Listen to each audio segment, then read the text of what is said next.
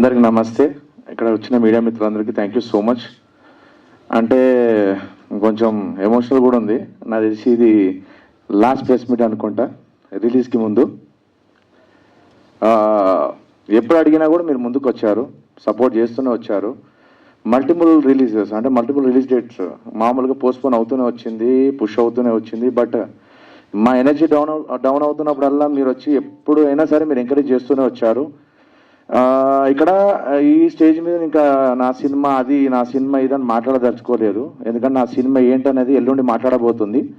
Already మీతో కూడా మాట్లాడింది. మీకు ఆల్రెడీ నేను షో రివ్యూస్ కోసం షో చేసాం మేము. ఆల్మోస్ట్ 20th రోజు అనుకోకుండా మన సినిమా పోస్ట్పోన్ అయింది. అది ముందు ప్లాన్ ప్రకారం ఉన్నది కాబట్టి దాన్ని ఆ రోజు పుష్ చేద్దాం అనుకున్నాం.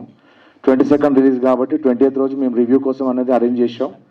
ఆ రోజు రిస్కీ డెసిషన్, ప్రొడ్యూసర్స్ కావచ్చు, అందరు కావచ్చు, బట్ మా హీరోయిన్లు కావచ్చు, నేను కావచ్చు, స్టిక్ టు దట్ డెసిషన్. పర్లేదు, సినిమా ఎటువైపు ఫేట్ డిసైడ్ అవుతుంది, ఒకరోజు ముందే డిసైడ్ అవుతుంది అది. సో ఇంత కష్టపడి తీసిన సినిమా ఇప్పటికీ 11 నుంచి 12 షోలు వేసాం. ఇక్కడ నుంచి మాకు నెగటివ్ రివ్యూస్ రాలేదు. 19th రోజు కూడా ట్విట్టర్ అండ్ ఇన్స్టాగ్రామ్ సంబంధించిన రివ్యూ రైటర్స్ కూడా వేసాం. అక్కడ నుంచి స్టాండింగ్ అప్లాస్ వచ్చింది. లాట్ ఆఫ్ ఎనర్జీ ఉండే. నెక్స్ట్ రోజు కూడా అంతే ఎనర్జీతో ముందుకెళ్తున్నప్పుడు సడన్గా ఒక పిడిగంటారు కదండి వచ్చి మా మీద పడ్డది. అదేంటంటే రిలీజ్ డేట్ కొంచెం పోస్ట్పోన్ చేసుకోని చెప్పి. ఆ రోజు మేము ఎంత ఏడ్చామో మాకే తెలుసు. ఎందుకంటే ఇట్స్ అన్ ఎమోషన్. సినిమా ఎంత మాట్లాడినా కూడా ఒక ఎమోషన్. ఎందుకంటే ఇన్ని కష్టాలు పడి అంటే ఆల్మోస్ట్ 20 years నుంచి స్ట్రగుల్ అవుతూ ఇదే సినిమా మీద 7 years కష్టపడుతూ ఫ్యామిలీ లేకుండా, పిల్లల్ని చూడకుండా, అంటే ఈవెన్ మా పిల్లలు ఎలా పెరిగారో తెలియదు కానీ ఈ సినిమా పెరిగేది మాత్రం నేను చూసా. అలా పెరుగుకుంటూ ఇక్కడ వరకు వచ్చింది. బట్ ఫైనల్గా రిలీజ్ టైంలో కొంచెం హికప్స్ కావచ్చు, కొంచెం ప్రాబ్లమ్స్, ఆ థియేటర్ ఇష్యూస్ వచ్చినాయి. నేను ఈ రోజు నుంచి మీకు ఒకటే చెప్తున్నా, ఏ డైరెక్టర్ జర్నీ అయినా సరే చిన్న సినిమాతోనే స్టార్ట్ అవుతుందండి. ఈవెన్ ఇప్పుడు రాజమౌళి గారికి అయినా కావచ్చు, ఆయన starting journey student number 1. Okay, right now is doing RRR. And ఇప్పుడు మహేష్ బాబుతో ఇంకా వరల్డ్ వైడ్కి వెళ్ళిపోతున్నారు. ఈవెన్ సందీప్ రెడ్డి వంగ గారు కావచ్చు, ఆయన స్టార్టింగ్ సినిమా అర్జున్ రెడ్డి, అది ఎవరికి తెలియదు. బట్ వన్స్ సినిమా థియేటర్కి వచ్చిన తర్వాత సందీప్ రెడ్డి వంగ అంటే ఒక బ్రాండ్ అనేది మీకు తెలిసింది. బట్ ఆ సినిమా మాట్లాడుతుంది ఏదైనా సరే.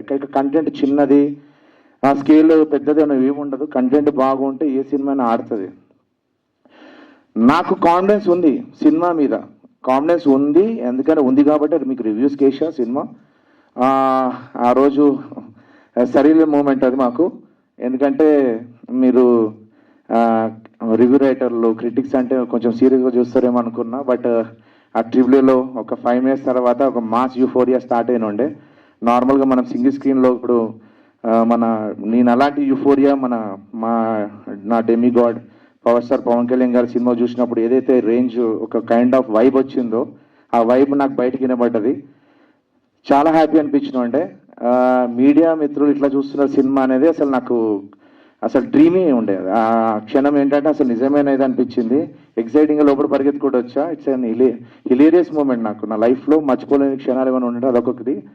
అండ్ ఆ రోజు రిలీజ్ డేట్ పోస్ట్పోన్ అయిన తర్వాత ఇంకొంచెం ఎనర్జీ కావాలని చెప్పి మళ్ళీ 22ndకి ఐమాక్స్లో, ప్రసాద్ ఐమాక్స్లో ఒక పెయిడ్ ప్రీమియర్ వేసాం స్టూడెంట్స్ కోసం. అందరు వచ్చారు.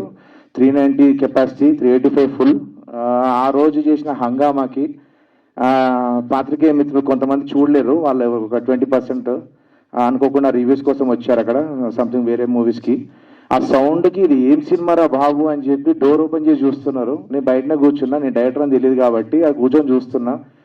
అసలు ఈ సౌండ్ ఏంటి, వైబ్ ఏంటి, అసలు ఈ కొత్త సినిమాలాగా అనిపించలేదు నాకు ఆ రోజు. ఆ ప్రసాద్ మల్టీప్లెక్స్ కూడా మామూలుగా మాస్ థియేటర్ అయిపోయింది. ఇప్పుడు కూడా నేను చెప్పేది ఏంటంటే 28వ తారీఖు థియేటర్లోకి జనాలు వస్తే అదే ఫీలింగ్ ఉంటుంది. అదే ఫీలింగ్ అంటే ప్రతి మల్టీప్లెక్స్ మాస్ థియేటర్ అవుతుంది. కానీ మాకున్న ఛాలెంజ్ ఏంటంటే థర్స్డే ఆల్రెడీ 22nd రిలీజ్ అయిపోయిందని సగం కన్ఫ్యూజన్స్. చాలా మంది రిలీజ్ అయిపోయింది సినిమాని, చాలా మంది కన్ఫ్యూజన్స్. 28th రిలీజ్ అవ్వబోతుందని ప్రమోషన్ చేయలేని ఫైనాన్షియల్ ప్రాబ్లమ్స్. ఓకే, ఎందుకంటే బికాస్ 3 times ఆల్రెడీ పోస్ట్పోన్ అయింది, ప్రమోషనల్ బడ్జెట్ ఖతం అయిపోయింది. There is no promotional budget at all. But దేవుడు ఉన్నాడు, నో ఈ సినిమాకి నేను ఎక్కడ ఒక క్షణం కూడా నేను నిర్లక్ష్యం చూపించలేదు. అహర్నిశలు ఈ సినిమా కోసం కష్టపడ్డా. ఇప్పుడు కూడా ఒక సెకండ్ క్రితం తర్వాత కావచ్చు, రేపు ఒక సెకండ్ వచ్చి ఈ సినిమా గురించి కష్టపడతా. అది పే ఆఫ్ ఇస్తే నాకు ఒక నమ్మకం ఉంది. Universe I will give the pay off. ఆ క్షణం ఇంకా ఎంతో దూరం లేదు, ఎల్లుండే. It's a day for us. Please this is last speech. ఏంటి మన రిలీజ్కి ముందు this is my last speech. నేను ఈరోజు ఎంత మాట్లాడినో, ముందు మాట్లాడినో ఎప్పుడు కూడా అదే మాట్లాడతా. మంచి సినిమాని ఆదరించండి. ఎందుకంటే ఆ సినిమాని కాపాడుకోకపోతే నాలాంటి ఫిల్మ్ మేకర్స్ కావచ్చు, ఇలాంటి టాలెంటెడ్ యాక్టర్స్ కావచ్చు,